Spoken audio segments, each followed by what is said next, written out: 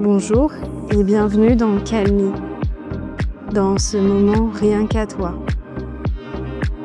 Je suis Aline, la fondatrice de ce podcast, et je te retrouve aujourd'hui pour un épisode hors série sur dire non sans culpabiliser et poser ses limites pour se choisir enfin.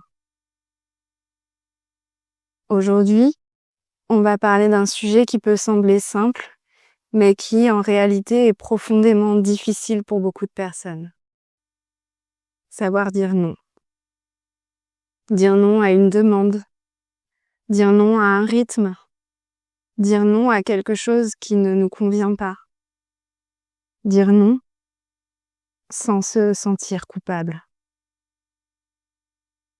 Si tu es quelqu'un qui dit souvent oui par réflexe, puis qui se sent épuisé, frustré ou vidé, cet épisode est pour toi. Et surtout, j'aimerais que tu retiennes une idée dès le départ. Apprendre à dire non, ce n'est pas devenir dur, c'est devenir juste. Alors tu vas me demander, mais pourquoi dire non, c'est aussi difficile ? On ne naît pas en ayant peur de dire non, on l'apprend. On apprend que dire non, c'est décevoir, créer un conflit, paraître égoïste, perdre l'amour, l'attention et la validation de l'autre. Et parfois, ce n'est même pas conscient. Tu dis oui parce que tu veux être une bonne personne, être apprécié, être tranquille pour ne pas rentrer en conflit et éviter un malaise. Mais à force, ce oui automatique, il te coûte ta paix intérieure. Alors, quels sont les signes que tu dis oui trop souvent ? Tu peux te reconnaître si, par exemple, tu acceptes et tu regrettes juste après. Tu te sens responsable de tout. Tu anticipes les besoins des autres avant les tiens. Tu as peur qu'on te juge ou qu'on t'en veuille. Tu te sens épuisé émotionnellement et tu te sens gentil mais vidé. Dire oui, c'est pas le problème. Le problème, c'est dire oui quand tu te trahis.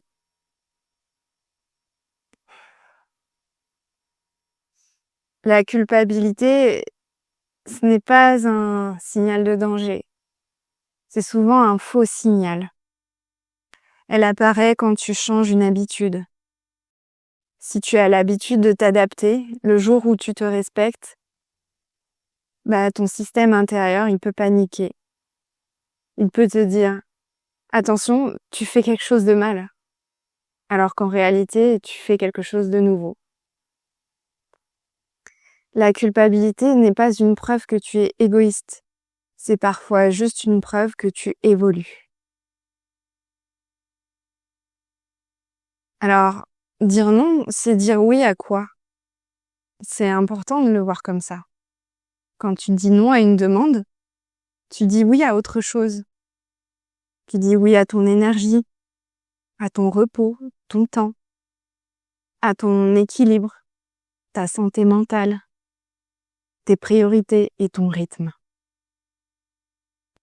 Dire non, ce n'est pas rejeter quelqu'un, c'est te respecter. Et souvent, quand tu te respectes, tu deviens plus disponible, plus stable, plus vrai.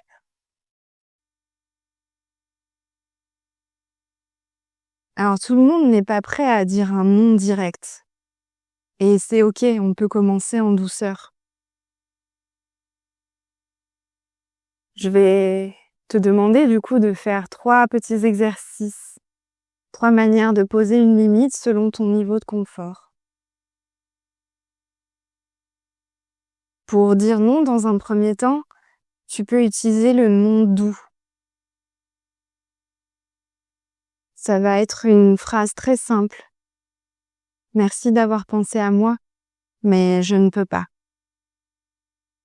Pour telle ou telle raison. C'est un non simple, poli, mais clair.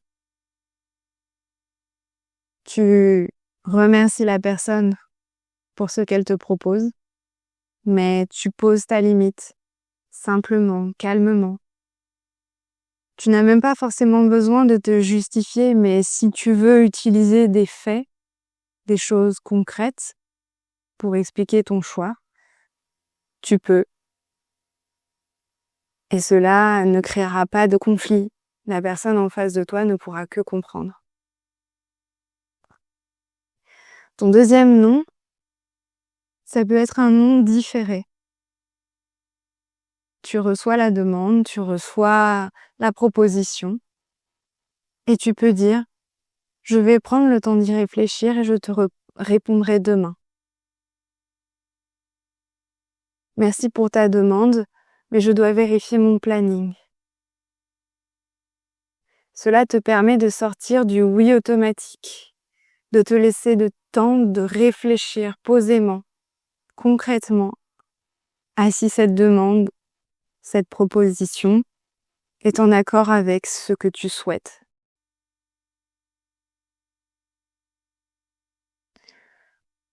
Enfin, le dernier non que tu peux essayer, c'est un non mais avec une alternative.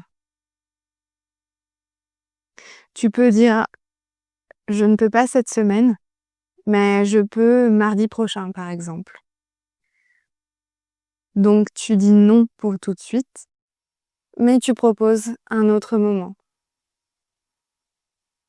Ou alors tu peux dire « Je ne peux pas faire ça, mais je peux aider sur autre chose. »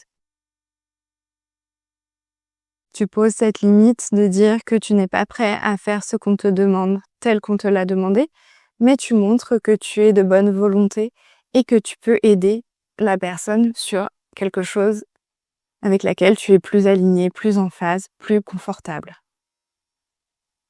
Attention, hein, tu n'es pas forcément obligé de proposer une alternative, mais parfois ça aide à oser poser une limite sans peur et en douceur. Alors parce que parfois on bloque juste sur les mots, voici des phrases simples que tu peux garder à l'esprit, que tu peux utiliser un peu de manière automatique mais sans te justifier.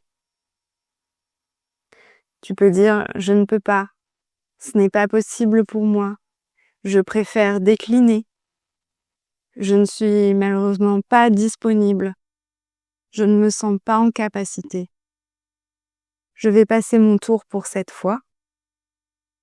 Merci, mais je suis obligée de te dire non. » Et une phrase très puissante aussi, c'est « Je ne peux pas, mais merci de comprendre mon choix. » Tu n'as pas besoin d'écrire un roman, hein, pas besoin de convaincre, mais juste d'être vrai et de dire simplement les choses de manière sincère. Et alors, à partir du moment où tu commences à dire non, c'est assez magique ce qui se passe. Au début, il peut y avoir de l'inconfort, une peur de rejet, une peur d'être moins aimé, l'impression de mal faire. Mais ensuite, ce qui arrive, c'est bien plus précieux. Tu te sens plus aligné, plus respecté par toi-même, plus calme. Et petit à petit, tu apprends que tu peux survivre à la déception de quelqu'un. Parce que ce qui te détruisait, c'était de te décevoir toi à répétition. Ce n'était pas décevoir les autres, c'était toi.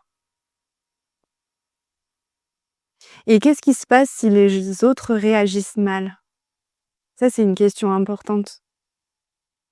Parfois, quand tu poses une limite, certaines personnes réagissent mal. Pas parce que tu fais mal, mais parce que ça change la dynamique, parce qu'ils ne sont pas habitués à ce qu'on leur dise non. Une personne qui était habituée à ton oui automatique, va être forcément surprise par ton non. Et là, il faut que tu te rappelles cela. Les personnes qui t'aiment vraiment peuvent s'adapter à ton évolution. Et si quelqu'un ne respecte jamais tes limites, ce n'est pas ton non le problème. C'est juste qu'ils ne t'aiment pas suffisamment pour comprendre ce que tu vis et ce que tu ressens. Alors, si je devais te laisser avec une seule conclusion aujourd'hui, ce serait tu as le droit de dire non, même si tu es gentil, même si tu es sensible, même si tu as peur. Dire non, ce n'est pas fermer ton cœur. C'est ouvrir un espace pour respirer, pour être vrai, pour être aligné avec qui tu es. Et finalement, les gens qui t'aiment, les gens qui sont vraiment là pour toi, seront très heureux de te voir en plénitude, de voir à quel point tu es bien dans tes baskets parce que tu es aligné. Tu auras eu beau leur dire non, le simple fait de te voir heureux, ce sera suffisant pour eux.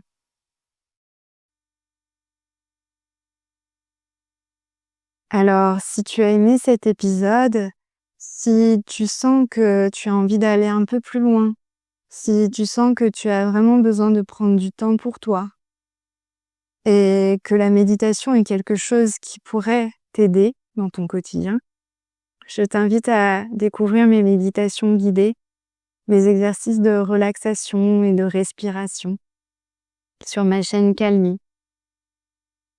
Et je serai ravie de t'y retrouver chaque fois que tu en as besoin. En attendant, merci d'avoir écouté cet épisode. Et si tu veux t'entraîner dès aujourd'hui, commence petit. Un nom doux, par exemple. Un délai ou un choix pour toi. Essaie avec des gens dont tu es proche, des gens avec qui ce sera plus facile. Et petit à petit, tu pourras tester, expérimenter avec d'autres personnes. Peut-être des personnes avec qui tu te sens moins à l'aise. Mais le fait de t'être entraîné va te faire gagner en confiance. Et tu sauras ensuite être plus aligné avec toi-même et avec les autres. Je te dis à très bientôt pour un nouvel épisode. Et d'ici là, prends bien soin de toi.